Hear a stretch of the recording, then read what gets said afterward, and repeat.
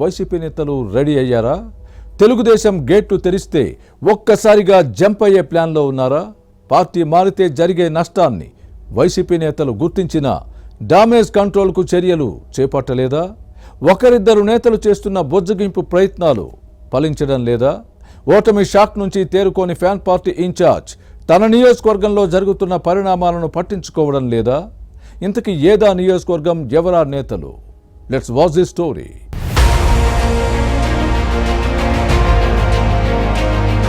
ముఖ్యమంత్రి నారా చంద్రబాబు నాయుడు ప్రాతినిధ్యం వహిస్తున్న కుప్పం నియోజకవర్గంలో రాజకీయ పరిణామాలు వేగంగా మారుతున్నాయి.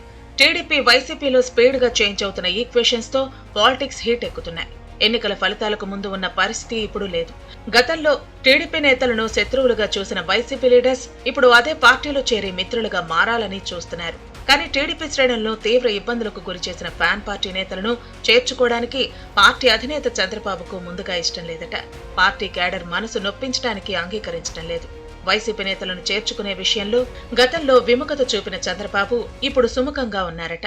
ఫ్యాన్ పార్టీ నేతలు టీడీపీలో చేరకుండా ముందుగా గేట్లు క్లోజ్ చేసినా పార్టీ పటిష్టత కోసం ఓపెన్ చేసేందుకు ప్లాన్ చేస్తున్నారని టాక్. చేరికలు అవసరమేననే అభిప్రాయానికి అధినేత వచ్చినట్టు పార్టీ వర్గాల్లో వినిపిస్తోంది.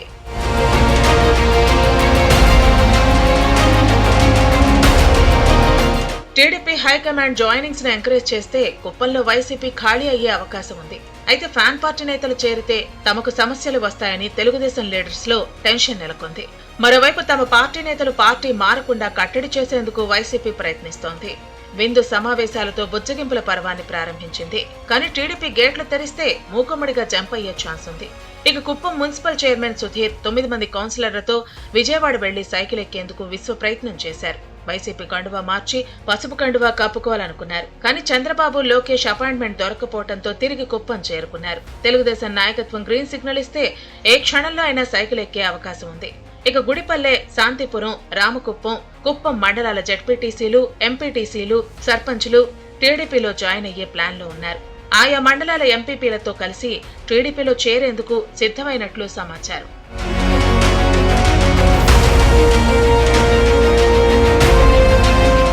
పార్టీ మారే ప్లాన్ లో ఉన్న వైసీపీ నేతలు ఎవరి లెవెల్లో వారు లాబింగ్ చేస్తున్నారట.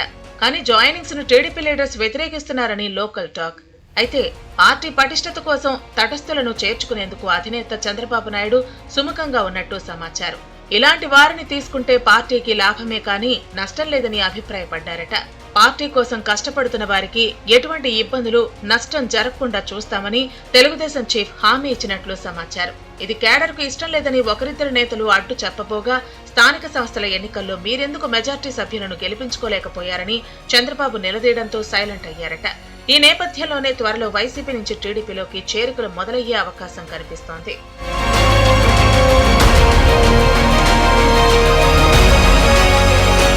మరోవైపు పార్టీ మారే ప్రయత్నాల్లో ఉన్న వారిని నిలువరించేందుకు ఫ్యాన్ పార్టీ నేతలు ప్రయత్నాలు ప్రారంభించారు. మున్సిపల్ కౌన్సిలర్లు, జెడ్పీటీసీలు, ఎంపీటీసీలు, ఎంపీపీలు సైకిల్ ఎక్కితే కుప్పం నియోజకవర్గంలో పార్టీకి పెద్ద నష్టమే జరుగుతుందని భావిస్తున్న నేతలు డామేజ్ కంట్రోల్ చర్యలు చేపట్టారని టాక్.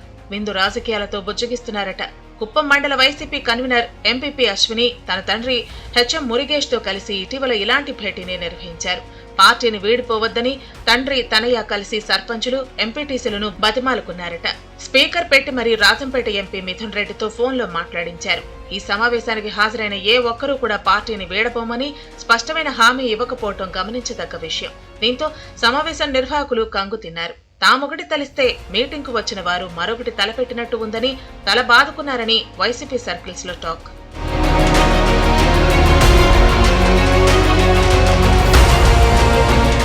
అయితే ఇంత జరుగుతున్న చిత్తూరు జిల్లా వైసీపీ అధ్యక్షుడు ఎమ్మెల్సీ భరత్ అంటిముట్టనట్టుగా వ్యవహరిస్తున్నారన్న విమర్శలు ఉన్నాయి.